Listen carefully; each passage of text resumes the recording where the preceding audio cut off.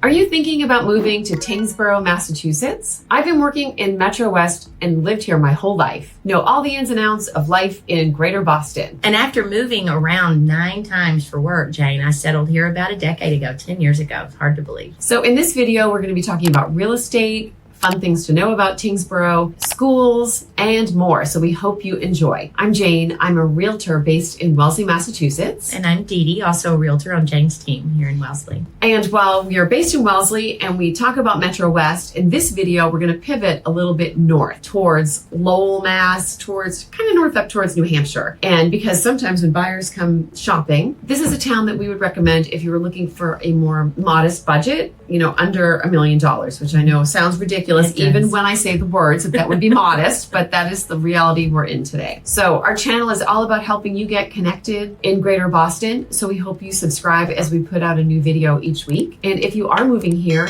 we would love to help you. So please reach out and we'll get started. So let's talk about where Tyngsborough is. So as I said, it's a town kind of near Lowell, Massachusetts, northwest of Boston. It's bordered by the towns of Chelmsford, Dracut, Groton, and Dunstable. So it's very pretty. We're a little bit of a country vibe. Population of about 12,000, so a good sized town. So Dee Dee's going to share a little bit about the schools.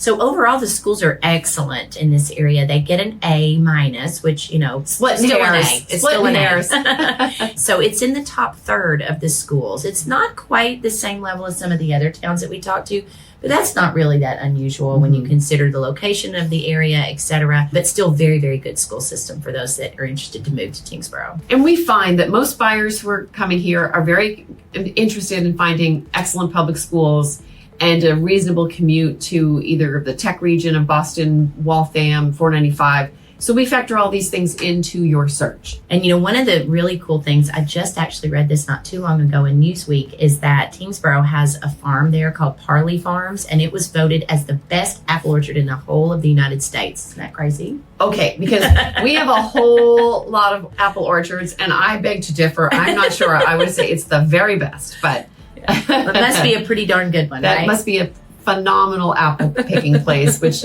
if a really great apple picking place has a couple things. It has to have really good cider, preferably warm. Yes. It has to have really good cider donuts. It has to have a maze, and it has to have a petting zoo. And it does have all of these things. In our towns, we always like to talk about what you can do with your family on a weekend and green space. We're all kind of obsessed with green space. And Tyngsborough has wonderful walking trails and places to take the kids to bike, fish, build canoeing. We recommend that you check out some of the wetland areas as well. Now we're going to talk about real estate. So we mentioned that Tyngsborough has homes in a more affordable budget. So we're going to take a look at the lowest price home, medium priced home, and the highest priced home that sold in 2024. The first house we're going to take a look at is 27 Tyng Road in Tyngsborough. It was on the market for $495 and it sold at asking.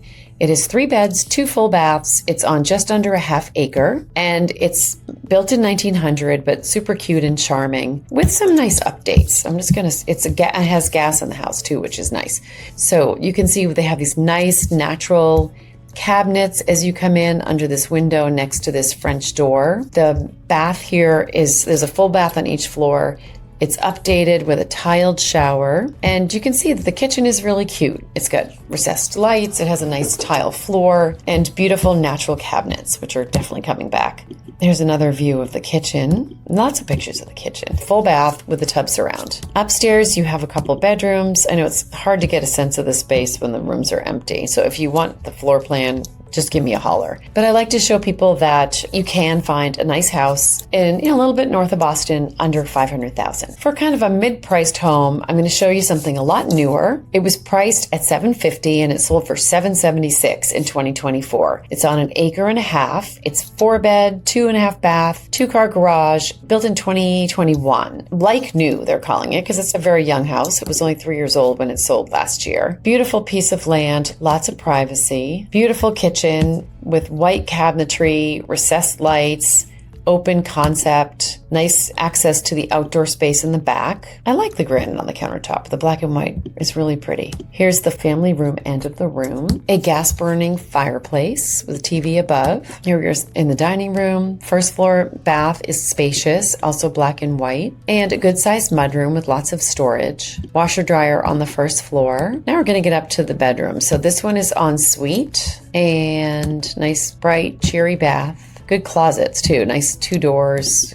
closet systems everywhere. Another bedroom. Outside, you're going to find a nice patio and a deck, and very private. So 66 Sherburne was listed in February of 2024 and was on the market for just 4 days before they had an accepted offer, $16,000 over asking. For a high-end home in Tyngsborough, I'm going to show you one in a development, a new subdivision of 8 new construction homes built in 2023-24. And, we don't see a lot of subdivisions in Massachusetts because we just have a lot of developed land. So usually we'll see new construction on teardowns. It's kind of nice to have a town where you can find new construction. It was listed for 1.175 and it sold for 1.308. So typically what happens is the buyer comes along and makes some selections. That drives the closing price up. This is on just under 2 acres, but since there's no interior photos, I'm actually going to show you number 7. 7 sold for a little bit less. It was on for 1.189 and sold for 1.210, but it's on over 2 acres of land and just gorgeous. So you have this classic farmhouse colonial with a nice front porch, farmer's porch we call that. Beautiful entrance, open concept from the kitchen,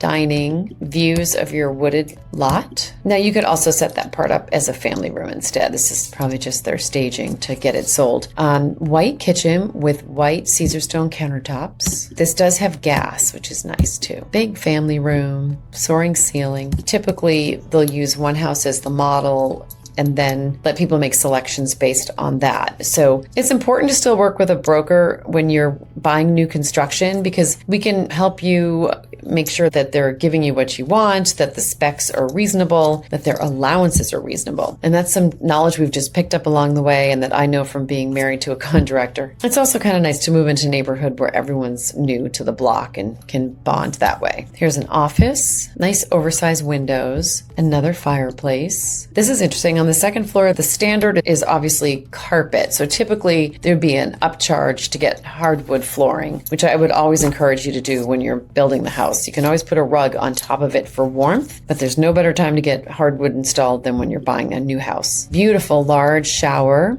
and then they would come back and do a frameless glass door there. Double sink in the bath, soaking tub. Here's a second family bath. Nice big shampoo box. Always get a shampoo box. Have a place to put your stuff. More bedrooms are carpeted. And this kind of gives you have plenty of yard. Your yard goes kind of behind the house into the woods and plenty of space between you and your neighbor. So that was 7 Crown Road in Tyngsborough, which sold for 1.210 in March of 2024. So if you're thinking about moving to Tyngsborough, Massachusetts, please reach out as we would love to help you. And please remember to subscribe as we put out a new video each week about a different town, different price point, things to know about living in Greater Boston. And we'll see you in the next video.